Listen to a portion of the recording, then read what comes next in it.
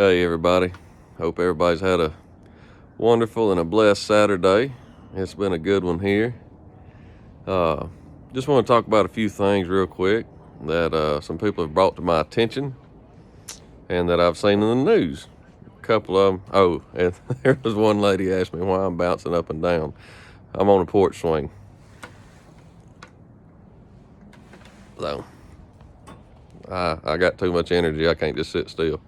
Anyways, some thoughts that I've had is Biden, on day one, you ruined jobs. You negatively affected our country. You showed where your true colors stand. On day one, homeboy. You are not a leader. You're not a president. You're pathetic. That's what you are. Number two, I would like to point out something I got sent to me that has to do with Revelations chapter 17, where it's talking about something to the effect of she will be riding some kind of beast with 8 arms and this and that. Well, let's just think about this for a second. Kamala, whatever your name is, her name is, was wearing a purplish color outfit, which is what color the Bible says the beast will be, on the day of the inauguration. Also, let me point out, what did Biden put his hand on during the inauguration? Because it dang sure wasn't no Bible. Secondly, go Google Kamala Harris's full name. Check out what her middle name is. And then, or don't Google, DuckDuckGo. I keep saying Google, it's habit. And then search what the Hindu god that has the same middle name of her is. I think it's Devi, or however you say it. The Devi, the Hindu god, is riding a beast with 8 arms with weapons. So, I'm no Bible scholar or anything like that, but I can put 2 and 2 together and make 4. So check that out for yourselves. It's pretty interesting. Number 3 thing I'd like to say is, how is it that we've got Biden on video talking to Ukraine? We've got Biden on video about how to negatively affect Trump's presidency. We've got Biden on video talking about his quid pro quo over the $1 billion, and if they didn't fire that prosecutor, then they wasn't gonna get no money. How does that not affect anything? I don't understand. These are just things that they don't add up. Like, how is that not treason? You know, in my mind it is, but this man's acting like he's a president now. Another thing I'd like to touch on is, again, I'm no Bible scholar. I'm no perfect Christian, but then again, who is? And these people that are coming to me saying, war's not the answer, violence isn't the answer. How can you be a Christian and sit here and say that it's time for a revolution? Let me point out that when David went up against Goliath, the giant, they didn't sit down and talk it out. They didn't have meetings to see who was at fault. It was good versus evil, just like it is today, folks. Good versus evil, period. And the way I look at it, some little kid riding a 4-wheeler through the neighborhood. But the way I look at it is very simple. When you start trying to take away my God-given right, it's good versus evil. When you start trying to take away my constitutional right, it's good versus evil. It's just that simple. It really is. Like, you can't be a Christian and say you're okay with abortion. Like, the most loved thing by God on this planet is his children and his church. So to say that it's the woman's right to have an abortion and then go to church and proclaim to be a Christian doesn't make sense in my mind. You're saying that there's Christians out there that believe that they're a Christian, but they pick and choose the parts of the Bible that they want it to be right. They want it to apply to them. It's either all right or it's all wrong. That's all there is to it. So you're either a Christian or you're not. You know, the Bible says that he would rather you not be a Christian than to be lukewarm, which we've all been guilty of at times. Every single one of us, myself included. It's an everyday work.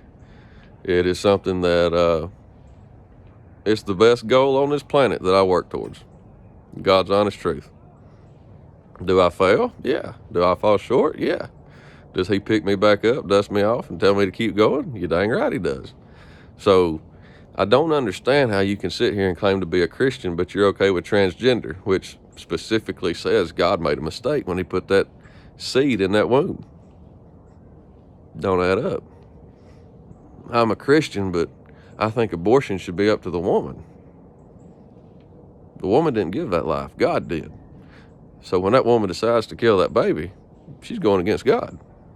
Period. You know, it don't make sense. It really don't.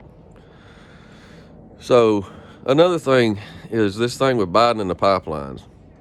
Guys, I used pipeline for a living. I chased pipe for 9 years all over this country, border to border and coast to coast.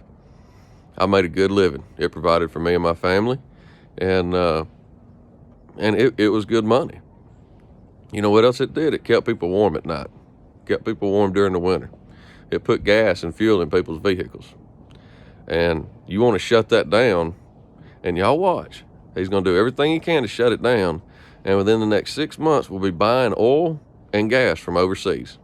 I mean, oil and natural gas from overseas. Why? We've got enough right here in this country to just supply the whole country forever. I mean, I don't get it. Oh, that's because he's bought out. Could that be it? That's because he's business partners, literally, with China. Could that be it? It's disgusting what's going on. So, am I for violence? No. Do I think it's time? Yes. Do I think we need to just go out here and just start capping people? No. Heck no.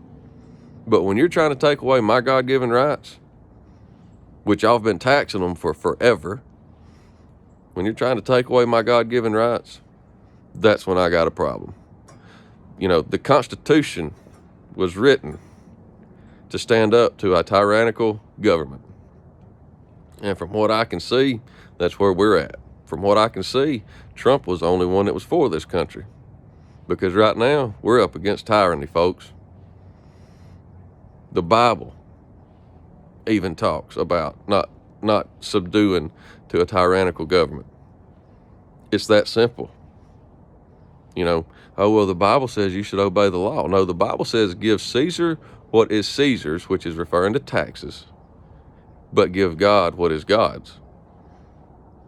And last time I checked, there ain't a single one of these politicians that's my God.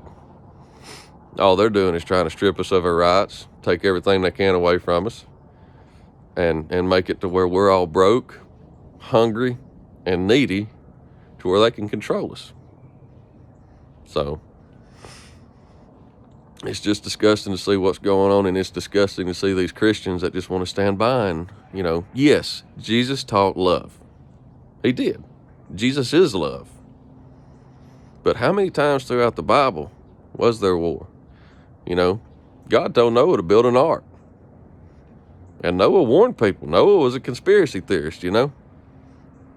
But when the people didn't believe him, God didn't wait for them to believe for it to start raining. He let it rain because they didn't believe. So it's just, it don't add up. the mindset of the majority of these Americans today does not make sense in my mind. And you'll never convince me that Biden won this election, ever. It was cheated. They hacked the computer software. They pulled boxes of ballots out from under tables in Pennsylvania and a couple other states. It's pathetic. So we need to come up with a plan. Secession. I think that's a good one. About the Mason-Dixon line south. I made a video on that the other day. Yeah, I just don't understand how all this evil and all this corruptiveness is allowed. And it's because Christians are meant to be bold. You're meant to make a stand. You're meant to have a backbone. But somewhere, some way, or somehow, somewhere, we've been taught that Christians are just supposed to accept it. God's in control. God is in control. But he didn't tell us to lay down, folks.